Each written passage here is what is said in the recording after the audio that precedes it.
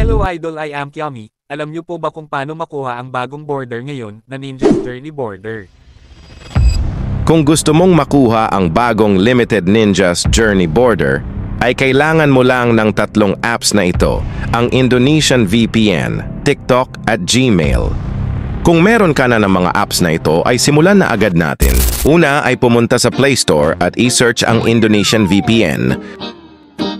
Kapag na-download mo na ay i-open mo ito at connect ka. Habang naka-connect ka sa Indonesian VPN, ay gumawa ka ng bagong Gmail account. Napaka-basic lang gumawa, sundan mo lang ito. Piliin mo ang for my personal use. At maglagay ka ng name at birthday mo kahit anong pangalan at birthday, basta ang mahalaga, nakakonect ka pa rin sa VPN. Pumili ka dyan ng Gmail address mo at kasunod ay maglagay ka ng password. At kapag tapos ka ng makagawa ng bagong Gmail ay punta naman tayo sa TikTok account.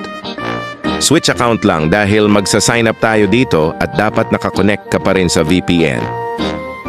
Makikita mo dito sa baba na may Philippines na nakalagay. Palitan mo ito at i-search mo ang Indonesia country.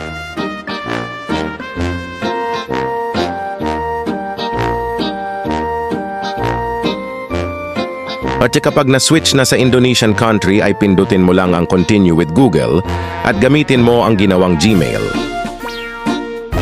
Maglagay ng birthday at nickname mo sa TikTok. At habang ginagawa ito, ay dapat nakakonect ka pa rin sa VPN. Kapag nakagawa ka na ng TikTok account, ay pupunta naman tayo dito sa event na kung saan makukuha natin ng libre ang limited time event na border. Nasa comment section pala ang link nito at ang link ng VPN.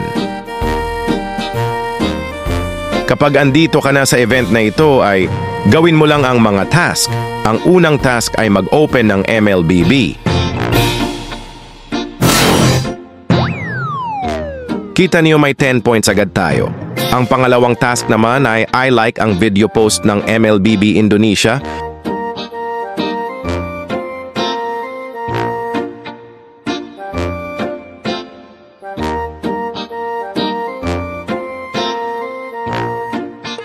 Ayan, 20 points na.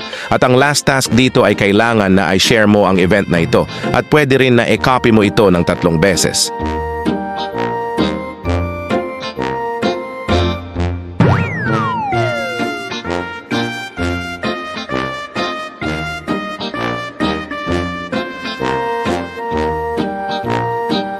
Pag natapos muna lahat ng task, ay pwede mo nang i-redeem ang 80 points mo, pindutin mo lang ang penukaran, 80 point. At pagkatapos, pindutin mo ang hadiah saya kasi andito sa loob ang code.